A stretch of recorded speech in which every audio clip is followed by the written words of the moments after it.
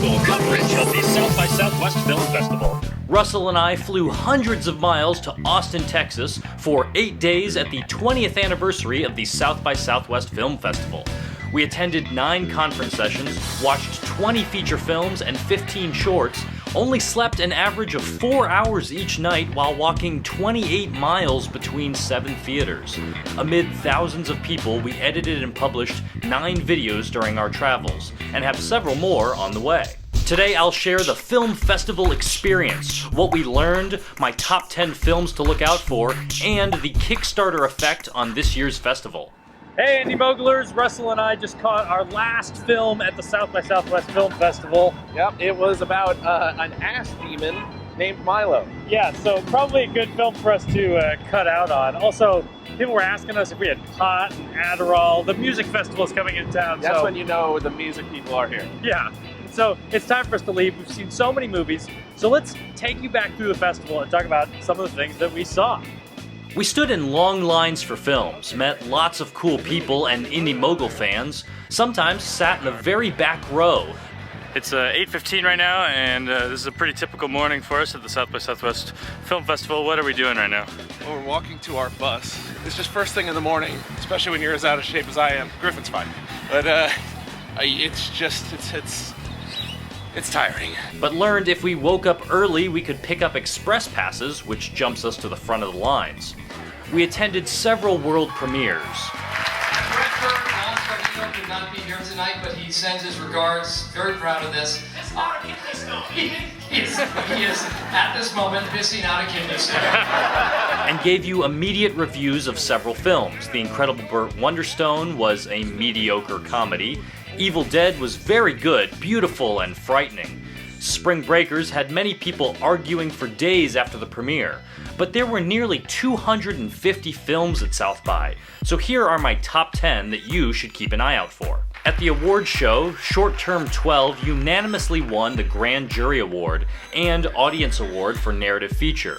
Of over 1,200 narrative feature film submissions, only 8 became finalists, and this one earned the win. Wonderful screenplay about a foster care facility for at-risk teenagers, with great characters that I became emotionally attached to. Number 2 for me is Evil Dead, which hits theaters next month, and you could watch our review to find out why we loved it. Zero Charisma, a comedy about tabletop gaming, I voted a 5 on my audience ballot, and it won one of the audience awards. Plus, it teaches us that the Millennium Falcon is definitely faster than the Starship Enterprise.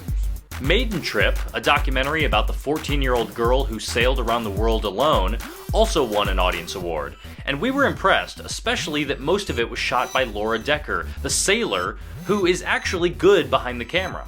Over 3,600 short films were submitted to South by, and only 110 got in. Sequin Raze was my favorite narrative short, about capturing the final interview of a reality show, with impressive performances by Anna Camp of True Blood and Ashley Williams of How I Met Your Mother. One of my favorite comedies, Drinking Buddies, features excellent realistic performances by Olivia Wilde, Jake Johnson, Anna Kendrick, and Ron Livingston. A Teacher, a drama about a secret affair with a student, won the Woman Director Award. My heart is beating so fast. I Give It a Year was already released last month in the UK. It's from Working Title Films, the experts in romantic comedy, who've created a hilarious parody of the genre by following a couple's breakup, but using all the conventions of romantic comedies. Also a very good cast. Many of these films don't yet have release dates, so they may be hard to watch, like Euphonia, which, if you get the chance, is a very cool experiment in sound design about a teenager and a Zoom H2 recorder. Finally, I liked Awful Nice, a comedy about 2 ridiculously competitive brothers trying to fix up their family home in Branson, Missouri. It was awesome experiencing these films in Austin's great theaters, like the gigantic Paramount, or the Alamo Drafthouse, where they served food and drinks. Most films were followed by Q&As with the directors. We saw Sean Fanning and Sean Parker after a viewing of Downloaded. It seemed like everybody was pretty into it. The first film selected for this year's festival. The guys sitting in front of me were really into it because I was whispering to my fiance and they told me to shut up. Incredibly this year, 35 of the films that got into South by were Kickstarter funded. I attended a session on crowdsourcing where I learned several things. When you crowdfund, you're not just supporting your current film, but you're building an audience for your next film too. Documentaries are usually easier than narratives to crowdfund because there's often communities already attached to the topic of a documentary. Besides Kickstarter and Indiegogo, I also learned about Seed and Spark, another crowdfunding option for filmmakers. And there's Tug, a website for audiences who want to bring a film to their community, which can also help filmmakers distribute their films to audiences who want it. Finally, the most successful crowdfunders are the filmmakers who also support other films. And at the gigantic South by trade show, we met up with a few product developers who raised money on Kickstarter. For us, it was tremendously helpful to be able to have a kind of that low barrier of entry to the market, and being able to go onto Kickstarter and put our video and our product up there and see if people wanted it, without going and raising money to go through your traditional channels. I think there's a lot of people here that wouldn't be here if it weren't for Kickstarter. And I think crowdfunding in general is great for tech because it really allows people to vote with their dollars for products that they'd like to see. I also met Alyssa Bolsey, who discovered her great-grandfather invented the original Bolex camera.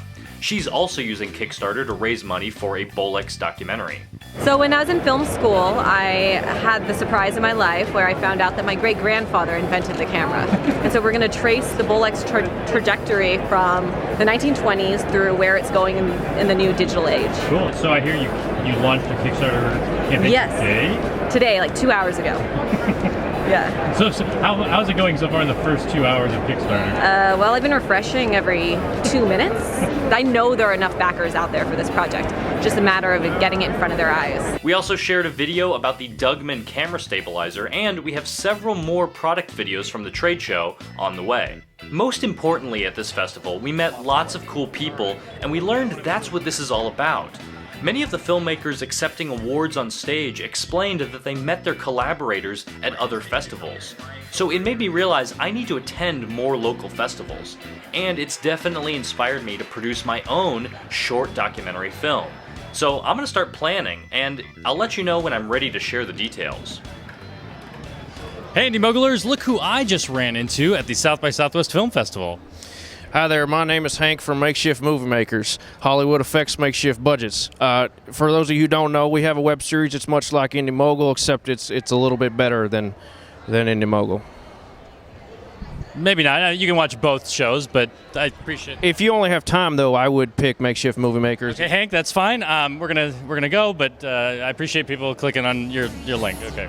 Can I leave them my contact? Okay, we're done. Thanks for watching, and if you like what you see, click subscribe to get more videos from the channel for low-budget YouTube filmmakers.